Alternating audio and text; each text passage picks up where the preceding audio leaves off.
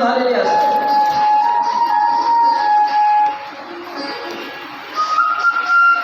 एकदा अनुभव आला गप बसवणार, दोनदा आला, तीनदा आला गप बसवणार, पुन्हा पुन्हा राक्षस पाठवतात, पुन्हा पुन्हा गोपालकृष्ण महाराजांना संपवतात.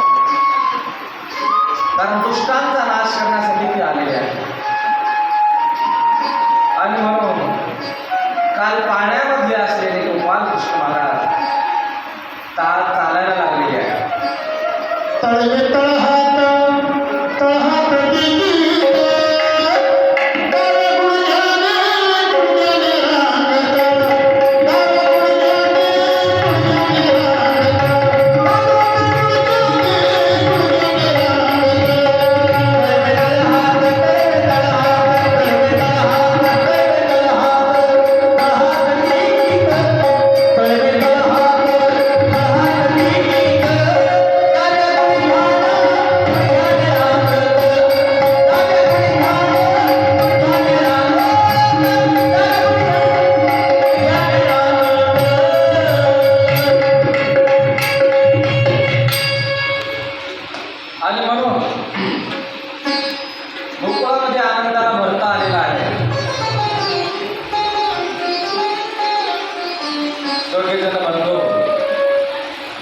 गल्ली गल्लीने फिरायला लागले, वासरांचे शिकून धरायला लागले.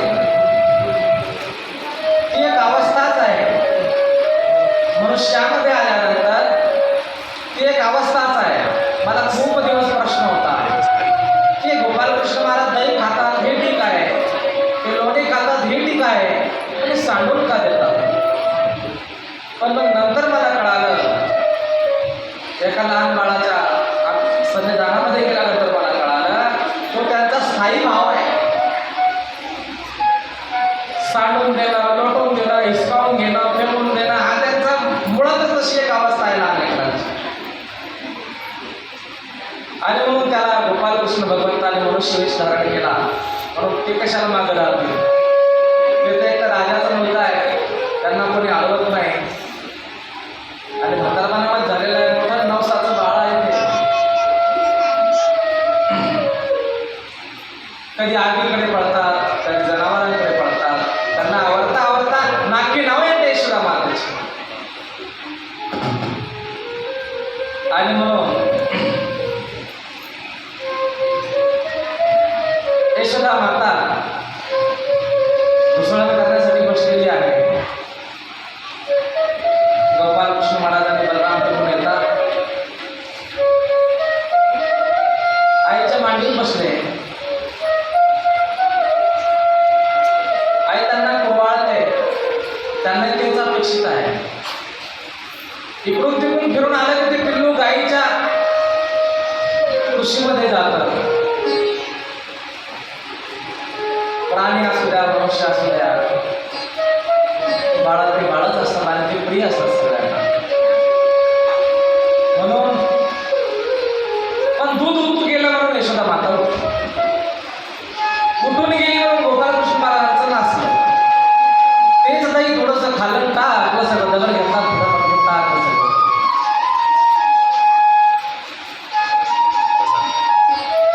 यशोदा माता आली आणि जाऊन बसले बाजूला, लपून बसले.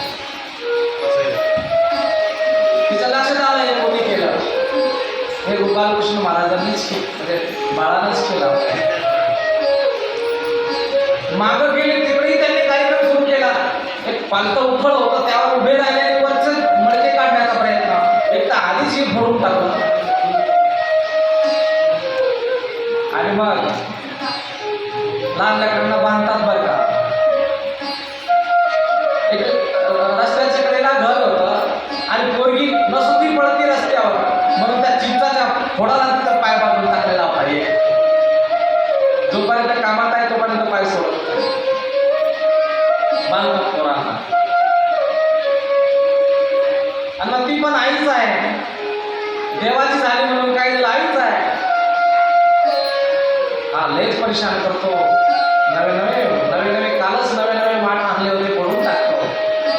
मग आणली दोरी आणली, बांधायला सुरुवात केली. त्याच उखळा ज्या उखळावर बरोबर दही काढत होता चांगले छातीत खाली कमराची त्या काळामध्ये काढण्यासाठी त्यामध्ये टाकायचं. त्यामुळं मशीन होत्या. काहीतरी टाकायचं झालं तुम्ही कसं उंड्या वगैरे काय त्याच्यातच टाकत असते ते कुठंच असते बरोबर. आज ते उखळ आहे. त्या उखळाला बांधायला सुरुवात केली आणि त्या उखळामुळे दामोदर नाव आहे देवाचं. ते दोर बांधणारा पोटाला आणि त्याची खून झाली पोटाला. दाम उदर, दाव उदराला आणि ती खून झाली म्हणून दामोदर नाव झालं देवाचं. बांधायला सुरुवात केली पण दोरीच पुरत नाही. त्या घरातली आणली 2 बोट कमीच पडते. त्या घरातली आणली 2 बोट कमीच पडते. उखळासी बांधताना काय शोधेसी न कळे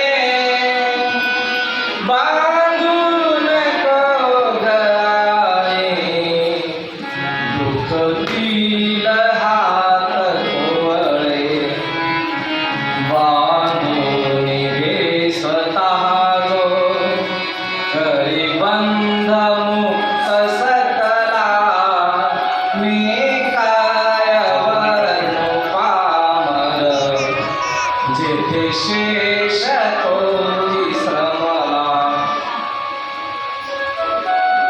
कवी म्हणतो उखळाला बांधत असताना ऐश्वर्या किंवा कशी आली नाही आणि भावनिक साधन असतात. बांधू नको ग आई दुखतील हात कोवळे. ते मोबाईल ते कोवळे आहे बांधू नको नाही ओळखत काढून बांधते तू पण 2 बोट कमीच पड. घामा गुण झाली. ह्या खोलीतला दावा आणला त्या खोलीत चांगलं त्या खोलीत चांगलं जमतच नाही.